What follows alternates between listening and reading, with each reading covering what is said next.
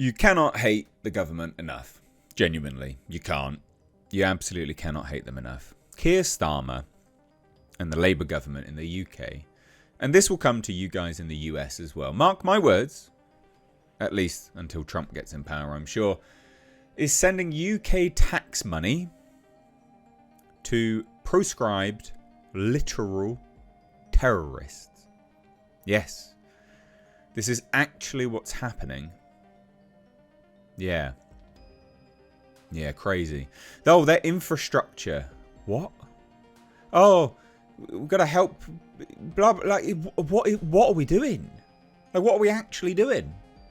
Madness. Hit subscribe, ladies and gents, especially if you're a returning viewer and you haven't already subscribed. But let's take a look at this.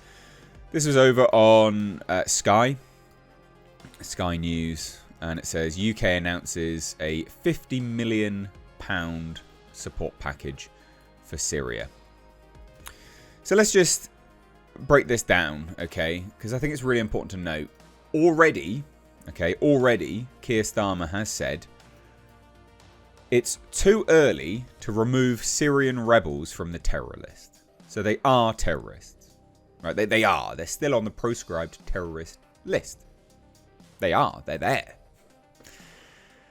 This was on the 9th of December. Prime Minister Sir Keir Starmer says no decision has been made yet on whether the UK government could remove Hayat Tahrir al-Sham from a list of banned terrorist groups after the rebels, that group, led the overthrow of Bashar al-Assad in Syria. So they've literally got links. It's an alias of Al-Qaeda. So it's an offshoot of Al-Qaeda. Mental. Absolutely mental. It also means the UK cannot have any communication with the group. Well, what's going on here then?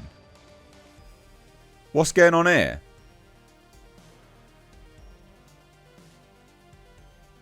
Didn't think we could. Lamy said Hayat Tahrir al-Sham remains a proscribed terrorist organisation, but the UK can have diplomatic contact, apparently. And so we do have diplomatic contact, as you would expect. What? So Sunday, he says, we want to see a representative government, an inclusive government. Inclusive? They're bloody jihadists, mate. We want to see chemical weapons stockpiles secured and not used, and we want to ensure that there is not continuing violence. For all those reasons, using all the channels that we have available, and those are diplomatic and, of course, intelligence-led channels, we seek to deal with HTS where we have to. Well, the fact that you're giving them £50 million sounds an awful lot like this is a new government wash scheme, to be fair, mate. That's what it sounds like to me. Also important to note that this chappie has suddenly changed his image drastically. In fact, he's drastically changed his image. Do you want to see what he used to look like? Because boy howdy, he was looking very, very different. Yeah. That's quite a change, isn't it, mate? Wearing Western clothes, trimming your beard. What's going on? Almost like there's a conspiracy to clean up his image. Almost like there's very clearly a wash of money going on. Well, anyway, let's take a look at this. Absolute clown show. This is my money, by the way. And it will come to you guys in the States. It will come to you guys. Mark my words, it will. The UK says it will provide £50 million in international aid to help vulnerable Syrians in their hour of need. David Lammy announced the emergency aid whilst urging the transitional government in Syria to protect human rights. They don't believe in human rights, you idiot. Destroy chemical weapon stockpiles and combat terrorism. They are literally the terrorists, as defined by the UK government. A statement said the funding will, quote, enable, quote, an urgent scale-up of humanitarian assistance where needs are at their highest, and will support the delivery of essential public services in the country. The UK public services are falling apart. You can barely catch a train in the UK. Like, our infrastructure is just a joke. Like an actual joke. Like, it's pitiful. It's falling apart. But don't you worry about it. £50 million to a bunch of Syrians. Good times. You can't, I genuinely, you can't hate the government enough. You cannot hate them enough. You can't hate them enough. The UK government has removed a booster payment for pensioners so they can afford to heat their homes in winter. It's called the winter fuel payment. Now, that's obviously, important because every single year pensioners die from hypothermia. Look it up. Or pneumonia, I think it is, if I remember rightly. Hypothermia is a little bit extreme.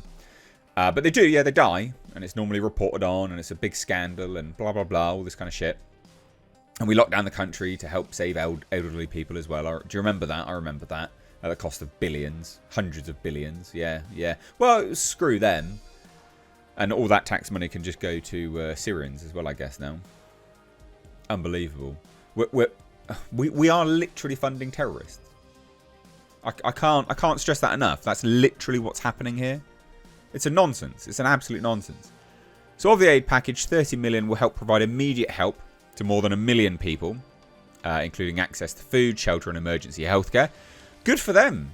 You can barely get a doctor's appointment in the UK. Our health service is screwed. Also, loads of people in the UK are now living off food banks. So our food is screwed in the UK because everyone's poor. Because you keep taxing us to oblivion and then sending it elsewhere. What are we doing? What are we actually doing? The remaining money will be split to help Syrian refugees in Lebanon and Jordan. Oh, good. Hopefully that will make them go home, considering everyone seemed to be dancing and prancing out in the streets that this guy, Assad had fallen. So go home then. So the fall of the horrific Assad regime provides a once-in-a-generation chance for the people of Syria. We're committed to supporting the Syrian people as they chart a new course. Why, though? Who cares? Like, I know that sounds harsh, but genuinely, who cares? I don't care.